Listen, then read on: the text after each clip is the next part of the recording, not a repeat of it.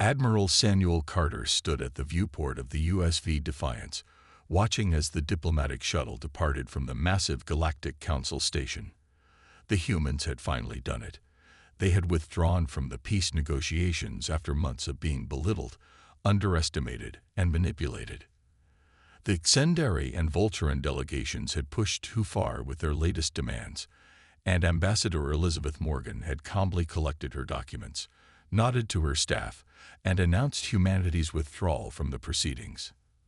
The stars shined against the black emptiness of space. The council station grew smaller as the Defiance moved away. Its many lights and spinning rings reminded Carter of a carnival he visited as a child. But there was nothing fun about this place anymore. "Set course for the Sol defense perimeter," Carter ordered, his face showing no emotion. "And send word to Earth Command. Operation Silent Shield is now in effect." Lieutenant Joe Phillips nodded and turned to his console. His fingers moved quickly across the glowing screen. "Message sent, sir. Earth Command confirms receipt." Carter nodded. 3 years of fake smiles and pretend diplomacy were finally over. The aliens thought humans were weak and easy to fool. That mistake would cost them dearly. "What do you think they'll do now, sir?" asked Captain Lisa Brown, coming to stand beside him. "They'll celebrate," Carter said. "At least the Xendari and Volturans will. They think they've won. They think we ran away scared." Brown smiled slightly. "They have no idea what's coming, do they?" "No," Carter said. "They don't." Meanwhile, on the council station, the alien representatives were divided between celebration and concern. High Chancellor Vextol of the Xendari hegemony moved through the Grand Chamber, his tall, scaled body towering over most other species. His neck frills expanded with pride as he spoke. "The humans have shown their true nature," he announced to the gathering. "Weak and afraid, just as I said. Now their system's resources will be divided according to council law, with the greater share going to the stronger members, of course." Several representatives nodded in agreement. The Volturan delegation, insect-like beings with shimmering carapaces, clicked their mandibles in what passed for laughter among their kind. But not all were pleased. Elder Diplomat Naran of the Andromani Collective stood apart from the others.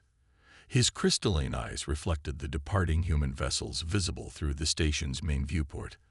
Unlike many council races, the Andromani had studied human history. They knew that humans rarely retreated without purpose. "You celebrate too soon," Naran said, his voice like wind through chimes. "The humans did not leave in fear. Did you not see their ambassador?" There was no panic, no distress. Vextol flared his scales in dismissal. "Always so cautious, Elder Naran. What can they do?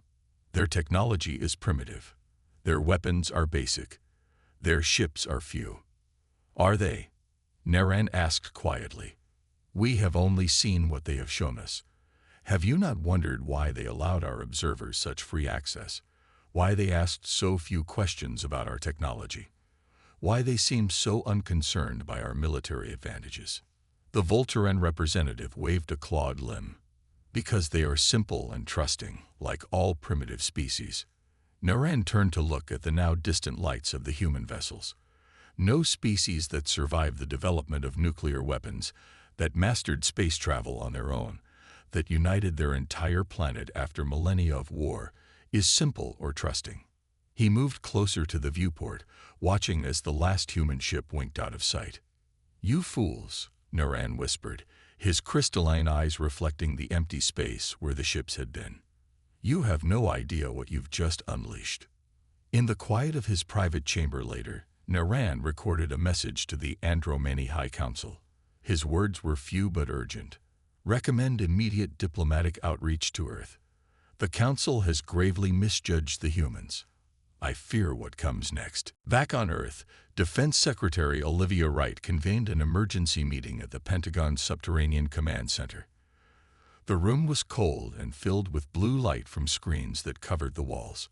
Representatives from major military powers across the globe gathered around the holographic display showing the current deployments of Earth's unified fleet. Wright stood tall, her gray hair pulled back tightly. Her face was serious but calm.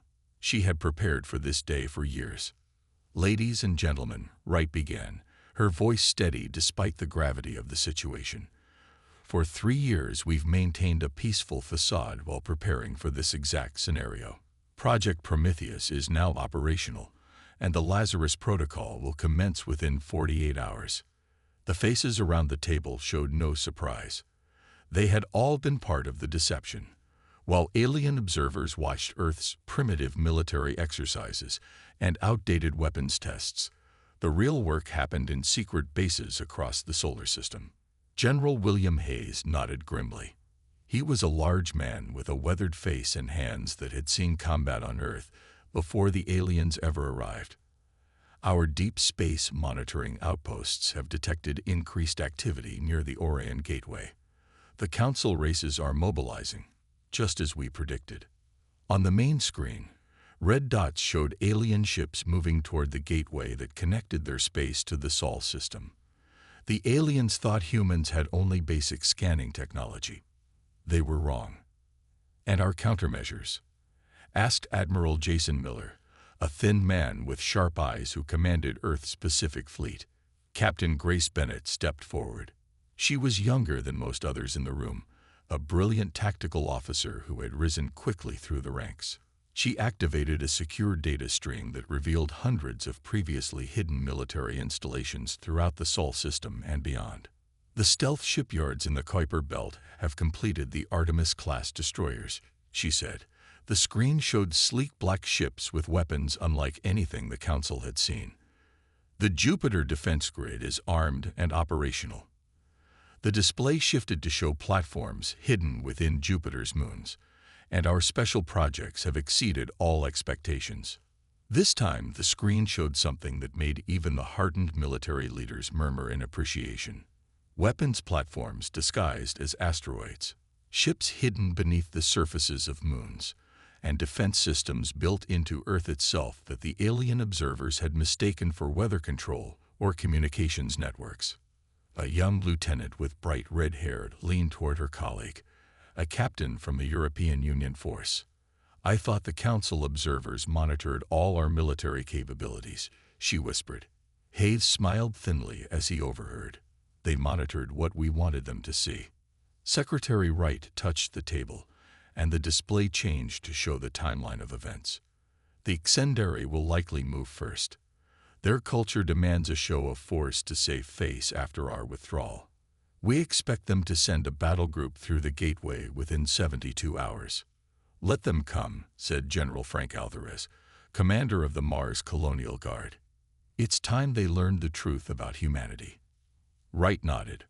"Our observers on the Council station report that Chancellor Vextol is already pushing for a military response.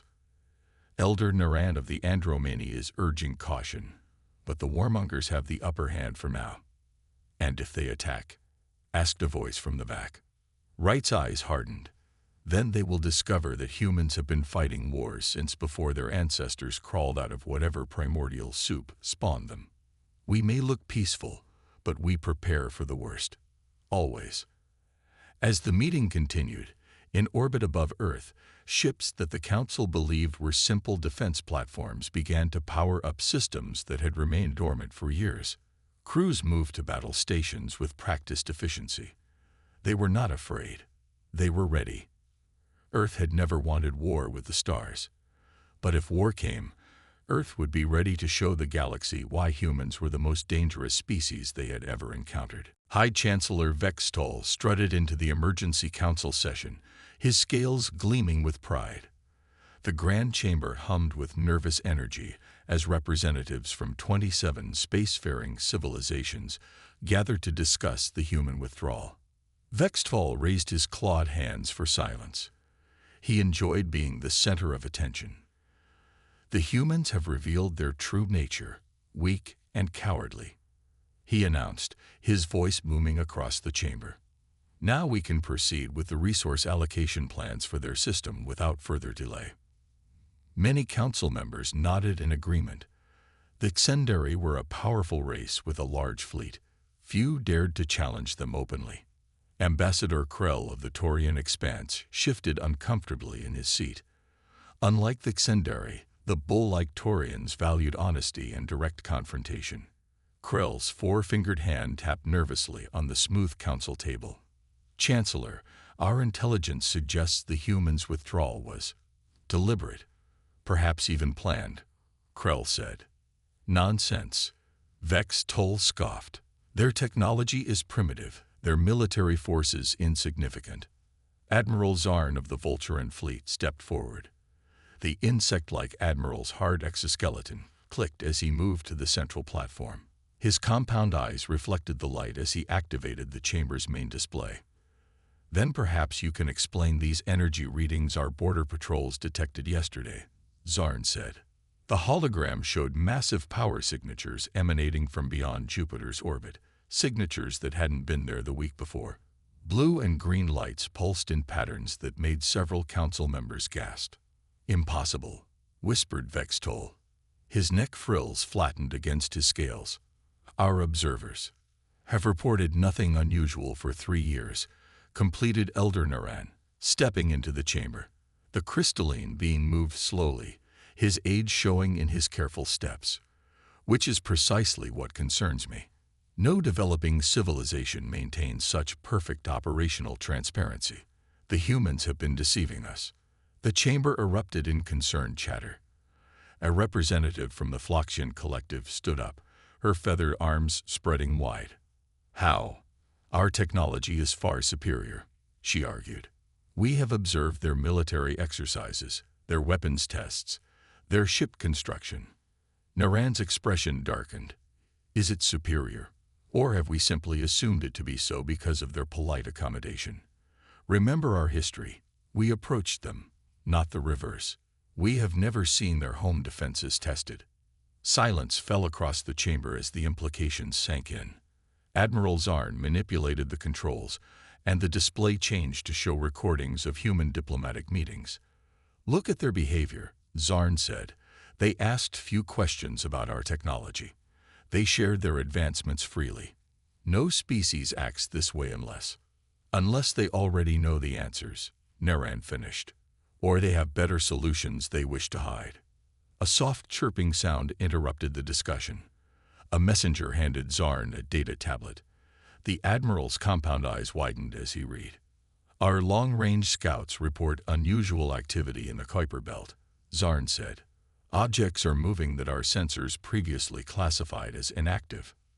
Vex Toll's confidence wavered visibly. What kind of objects? Large ones, Zarn replied. Very large ones. On the other side of the chamber, a small, rodent-like being raised a hand. Professor Mick of the Galactic Academy was the Council's expert on pre-contact civilizations. I reviewed human entertainment broadcasts during our initial contact period, Mick said, his voice high and fast. Their fiction is filled with stories of aliens coming to conquer Earth.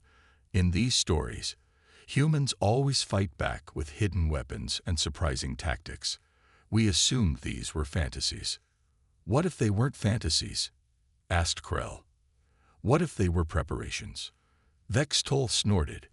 You suggest they were preparing for alien contact before we arrived. Absurd. Naran stepped to the center of the room. His crystalline body reflected light onto every face in the chamber. Consider their history, he said quietly. They fought 3 global wars. They developed nuclear weapons. They expanded to their moon and Mars, despite having no enemies in space. Why would a species develop such military capabilities, if not out of deep caution? Humans always prepare for the worst. Outside the chamber windows, the vast fleet of the Galactic Council floated in the darkness. It had seemed invincible yesterday. Today, many wondered if it was enough. I suggest, Naran said, that we reconsider our approach to Earth. Immediately, Major Ethan Russell accessed the classified archives aboard the stealth intelligence vessel, USV Shadowfall. The ship sat hidden near the Council's primary fleet staging area. No alien sensors could detect it thanks to technology humans had developed years before first contact. Russell was a tall man with dark hair and serious eyes. He had served in intelligence for 15 years. Now he reviewed the true records of humanity's first contact with alien life.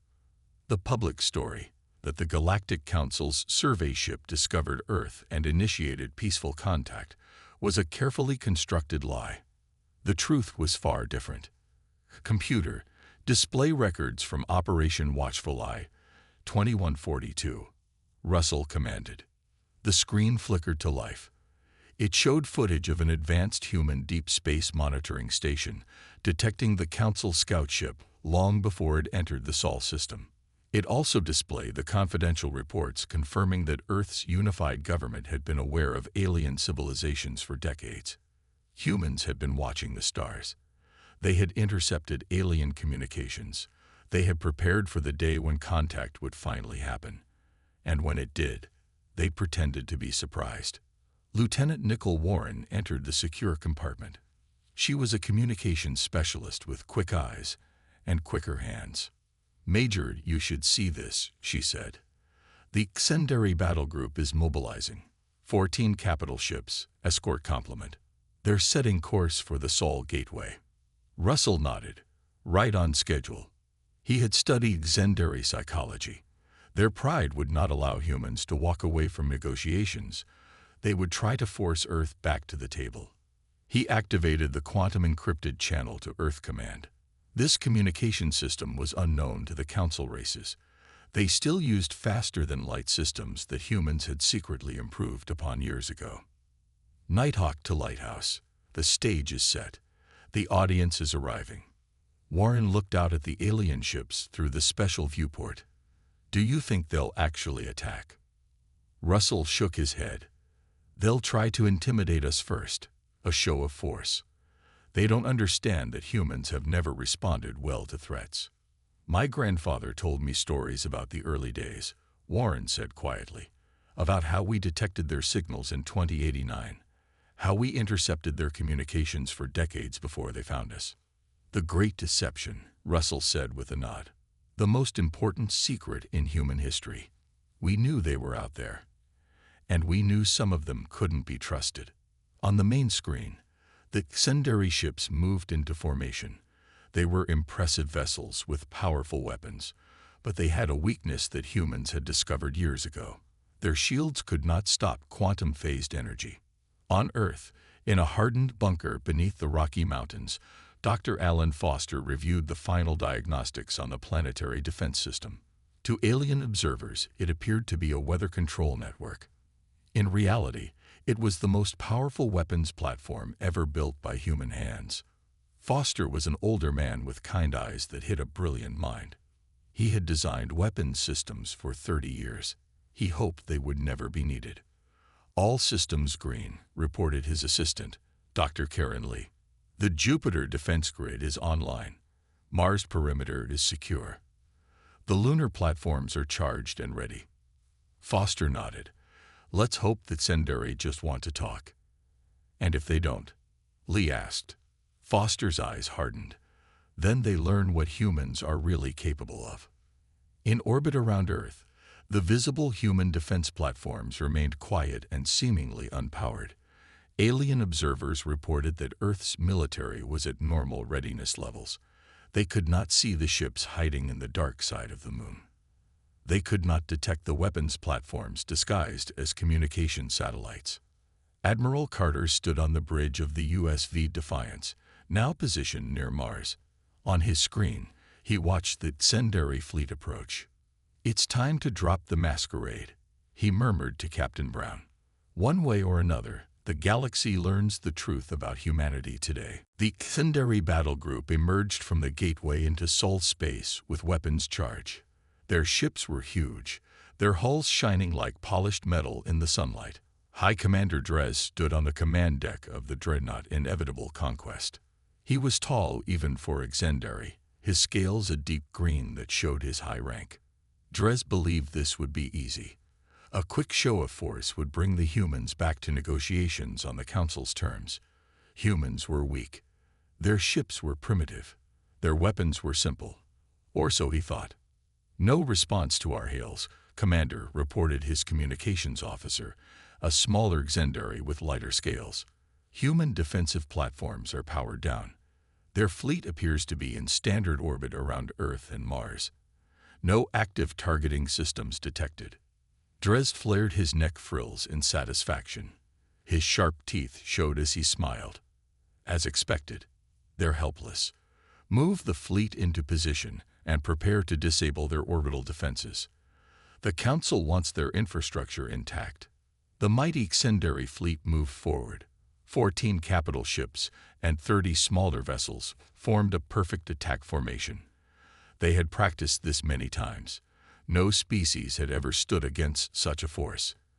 As the Xendari fleet approached Jupiter, something strange happened. The apparently dormant human defense platforms changed, not in a way alien eyes could see, but in a way their sensors could feel. "Unknown energy spike," shouted a Xendari officer. His eyes widened with fear. Moments later, communications between the alien vessels dissolved into static. Each ship could no longer talk to the others. Their shared battle network went dark. Their targeting systems failed. Panic spread across the Xendari fleet. They had never faced an enemy who could shut down their communications so completely. On the USV Defiance, Admiral Carter watched calmly as the quantum disruption field activated. This technology was one of humanity's best-kept secrets. It severed the Xendari ships from their chain of command and from each other. Phase 1 complete, Carter noted. Hold position. Let's see how they respond to isolation. The Xendari commanders were trained to expect victory in all battles. They believed their technology was superior to all others. Now they faced a frightening truth. They could neither communicate with each other nor access their shared tactical network. Before they could adapt, the seemingly unpowered human vessels began to move. Ships that appeared to be simple defense platforms revealed hidden weapons. Vessels that the Xendari thought were cargo carriers suddenly showed military-grade shields. The human fleet moved with perfect coordination. They did not fire. They did not threaten. They simply surrounded the Xendari force in a display of superior tactics. "Now they understand," murmured Captain Kelly Ross of the USV Sovereign. She was a veteran of Earth's unified navy. Her ship now moved into position behind the largest Xendari vessel. "We were never negotiating from a position of weakness." On the inevitable conquest, Commander Dres tried to make sense of what was happening. His tactical officer struggled to track the human ships that seemed to appear from nowhere. "Impossible," Dres whispered. "Our intelligence said they had only 40 defense vessels. I count over 200. "Commander," his second-in-command said with fear in his voice, "look at their weapons. Those are not the same designs we observed in their military exercises." Dres stared at the screen. The human ships now carried weapons unlike anything in the Xendari database. His confidence drained away like water. "We've been deceived," he realized. "All this time." On Earth, Defense Secretary Wright received the real-time battle feed in the command center. Around her, military leaders watched in silence as years of preparation paid off. "Send the message," Wright ordered. Moments later, every Xendari ship received the same communication. It was simple, direct, and terrifying in its confidence. "Xendari fleet, you have entered restricted space with weapons active. We have disabled your communications as a non-lethal first response. Withdraw immediately or face further defensive measures. This is your only warning." In the council chamber, Elder Naran received word of the confrontation, the crystalline being turned to High Chancellor Vextol. "It seems," Naran said quietly, "the humans are not as helpless as you believed." As the disoriented Xendari forces struggled to regroup, the true extent of humanity's deception became apparent. From hidden positions all across the solar system, more human ships appeared.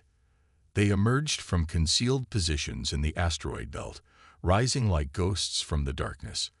They appeared from beneath the clouds of Saturn, ships that had been hiding there for years. They launched from stealth facilities on Mars moons, bases that alien observers had never detected. These vessels were unlike any the Council races had seen before. They moved with a speed that should have been impossible for ships their size. Their hulls absorbed scanning beams instead of reflecting them. Their weapons remained powered down, but their mere presence sent a clear message. On the Council station, the emergency session descended into chaos as sensor data poured in. Screens around the chamber showed human military capabilities far beyond what had been disclosed during 3 years of negotiations. "How is this possible?" demanded the Volturan representative, his insect-like mandibles clicking rapidly in distress. Their technological development was assessed at level 3. Elder Naran shook his head slowly. His crystalline form caught the light as he moved to the center of the chamber. "No," he said, "we assessed what they showed us at level 3. We never questioned why a species that achieved faster than light travel on their own would so readily accept our superior technologies without significant inquiry. We never asked why they permitted our observers such extensive access with so few restrictions." The room fell silent. The truth was uncomfortable. "They were studying us," said Krell of the Taurians. "All this time, we thought we were studying them." On the bridge of the USV Indomitable, Commander Daniel Phillips watched the tactical display. The screen showed the positions of over 300 human warships, vessels that had never appeared in any report to the Council. Phillips was a calm man with steady hands and sharp eyes. He had trained for this day for most of his career. "Maintain distance," he ordered his crew. "Remember, this is a demonstration, not an engagement. No one fires unless fired upon." The human fleet executed a perfect encirclement maneuver, surrounding the Tsenderi battle group without firing a single shot. The alien ships were now completely boxed in, with no clear escape route except back through the gateway. Then, as the alien commanders watched in shock, the human vessels activated advanced shield systems. The shields glowed with a blue-green light that the Council had believed were centuries beyond Earth's capability. "What do we do, Commander?" asked Phillips, second in command. "We wait," Phillips replied. "The ball is in their court now." In the Pentagon's command center, Secretary Wright received updates from all fleet positions. Everything was proceeding according to plan. The Tsenderi were contained. No shots had been fired. No lives had been lost. "Phase 2 complete," she announced to the gathered military leaders. "Prepare for diplomatic re-engagement." General Hayes looked puzzled. "We're going back to negotiations. After all this." Wright smiled. "We never wanted war, General. We wanted respect. Now we'll get it." She turned to her communications officer. "Send word to Ambassador Howard. It's time for her team to make their entrance." On the Tsenderi flagship, Commander Drez faced the hardest decision of his career. His fleet was surrounded. His weapons might not penetrate the human shields. His communications were still disrupted. "Orders, sir?" asked his tactical officer. Drez stared at the screen, watching as even more human ships moved into position near the gateway. There would be no easy retreat. "Send message by light signals," he ordered. "Request communication with human command." "Surrender, sir?"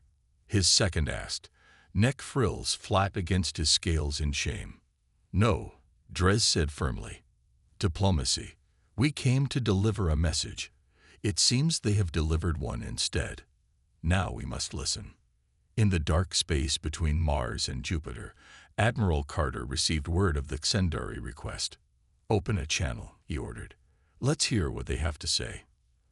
As the communications officer worked, Carter exchanged a look with Captain Brown. 3 years, he said quietly. 3 years of pretending to be less than we are. 3 years of smiling while they plotted to take our resources. Was it worth it? Brown asked. Carter nodded as the Tsenderi commander's face appeared on screen. "We learned everything about them while showing them almost nothing about us. I'd say that was time well spent." Ambassador Patricia Howard entered the council chamber flanked by military officers. Unlike the previous diplomatic team, they wore not the simple clothes of Earth's unified government, but the formal uniforms of Earth Defense Command. Their uniforms had medals and insignia that told a very different story about humanity's experience in space. Howard was a tall woman with gray hair and eyes that missed nothing. She had spent 20 years in diplomatic service, but before that, she had been a military intelligence officer. She understood both war and peace. The chamber fell silent as the humans walked to the center. Many alien representatives shifted uncomfortably in their seats. The humans looked different today. They stood taller. Their faces showed no fear. Esteemed representatives of the Galactic Council, Howard began, her voice echoing through the silent chamber. For 3 years, we have participated in these negotiations in good faith, despite knowing from the outset that certain council races intended to exploit our world. Today, that charade ends. She activated a holographic display in the center of the room. It showed the encircled Excendiary fleet. Their ships looked small and vulnerable, surrounded by the human forces. Your battle group is currently experiencing the effects of our quantum disruption technology. They are unharmed but completely isolated. They will remain so until our terms are met. High Chancellor Vex Toll rose from his seat. His scaled body trembled with rage, but his voice lacked its usual confidence. "You dare threaten the Council," he blustered. Howard smiled coldly. "This is not a threat, Chancellor. It's a correction of your misunderstanding. Humanity did not join these talks as supplicants, but as equals. We allowed your observers to see a carefully constructed version of our civilization while we evaluated your intentions. Those intentions have now been made clear." She nodded to Commander Ryan West, who stood beside her. West was a serious man with dark skin and strong hands. He distributed data tablets to each representative. The aliens looked at the screens with wide eyes and expressions of disbelief. These contained the actual technological capabilities of Earth and her colonies.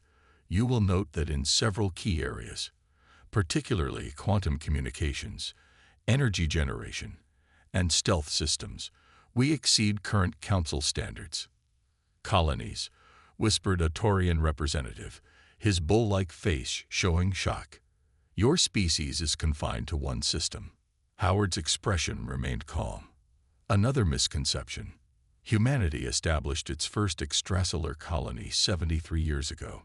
We now maintain 17 settlements across 12 star systems, none of which appear in your records because, unlike the Council races, we understand the value of quiet development." The chamber erupted in surprised conversation. Elder Narration studied the data tablet carefully, his crystalline eyes reflecting the screen's light. "It says here you detected our communication signals over 100 years ago," Narration said. Howard nodded. "We intercepted your transmissions in 2089. We studied your languages, your cultures, your technologies, and your conflicts. When your survey ship discovered Earth in 2142, we were ready." "Ready for what?" asked the Volturan representative. "For the possibility that not all alien life would be friendly," Howard replied. Human fiction had long imagined first contact scenarios.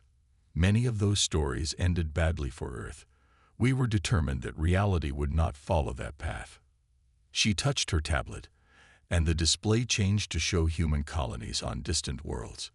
Beautiful cities under protective domes, farms growing crops on planets light years from Earth, mining operations on asteroids rich with rare metals. "We are not the primitive species you believed us to be," Howard continued. "We are not helpless or naive. We came to these talks hoping to find true partners among the stars. Instead, we found predators looking for easy prey." Vex Toll sank back into his seat. For once, the proud Excendiary had no reply. Howard's voice softened slightly. "But that can change. Today marks the beginning of a new relationship between Earth and the Galactic Council, one based on truth and mutual respect rather than deception and exploitation." She looked around the chamber, meeting the eyes of each representative. "The question is, are you ready for that kind of relationship?" 2 weeks after the confrontation at the gateway, a new round of negotiations began. The Grand Council chamber had changed. The raised platform where the Xendari and Vulturan delegations once sat high above others was gone. Now all seats were at the same level, forming a perfect circle. The human delegation was treated with newfound respect. No one called them primitive anymore. No one suggested Earth's resources should be divided among superior races. The balance of power had shifted dramatically. Ambassador Howard sat at the new circular table, reviewing terms on her data tablet. Behind her stood Admiral Carter and Secretary Wright. The military leaders were now welcome in diplomatic meetings. Strength and wisdom together, as humanity had always believed. The Defense Cooperation Agreement is acceptable, Howard stated, looking up from the tablet. Earth will contribute our quantum disruption technology to the Common Defense Network in exchange for the Council's gravitational manipulation advances. Elder Naran, now elevated to chief mediator following the diplomatic reshuffling, nodded in agreement. His crystalline form glinted in the chamber's light. He had been one of the few who had questioned the Council's approach to humans from the beginning. And the matter of the Xendari incursion? Naran asked. Secretary Wright stepped forward. She wore her formal uniform, with its rows of medals and ribbons. The fleet will be released as soon as High Chancellor Vextol signs the non-aggression pact. No disciplinary action will be pursued. Across the chamber, Vextol sat in silence. His once proud neck frills lay flat against his scales. His position within the Xendari hegemony had been severely weakened. The failed attempt to intimidate Earth had cost him much respect. When Vextol finally spoke, his voice was quieter than before. The hegemony agrees to these terms, he said. We will sign the pact. As the session concluded, Admiral Carter and Captain Ross observed from the diplomatic gallery above the main floor. Do you think they've truly learned their lesson? Ross asked quietly. Carter watched as the representatives filed out, noting how the other races now regarded the humans with a mixture of caution and newfound respect. Some have, he replied. The rest will catch up. Humanity has revealed enough of our capabilities to ensure a place at the table, but not so much that we've exposed all our advantages. And Project Sentinel? Ross asked, referring to humanity's most advanced defense system. Remains our secret, for now. Carter turned to leave the gallery. Peace through strength, Captain. It's worked for humanity since the first tribes built walls. Some things never change, not even among the stars. On Earth, citizens watched broadcasts of the new treaty signing. They cheered as their representatives stood proud and equal among the alien races. Most people didn't know how close their world had come to conflict. They didn't know about the hidden fleets or secret technologies. They only knew that humanity now had friends among the stars. In classified facilities across the solar system, engineers and scientists continued their work. New ships were built in the Kuiper Belt shipyards. New weapons were tested in the dark spaces beyond Neptune. Humanity hoped for peace but prepared for war. It was the human way. Ambassador Howard stood on the observation deck of the Council station, looking out at the stars. Elder Naran joined her there. Your people are full of surprises, Naran said. Howard smiled. We like to think so. What would you have done if the Xendari had opened fire? Naran asked. Howard's smile faded. Let's be grateful we didn't have to find out. Naran's crystalline eyes studied her face. You still keep secrets. Of course, Howard replied. Don't you? The alien made a sound like chimes in the wind. It was laughter. Indeed. Perhaps our species are not so different after all. Howard looked back to the stars, to the billions of points of light where unknown civilizations might wait. That's the most important lesson of all, isn't it? She said. Different shapes, different biologies, but the same hopes and fears beneath it all. As the human ships prepared to depart the Council station, Admiral Carter gave one final order from the bridge of the Defiance. Set course for home, he said. Our work here is done.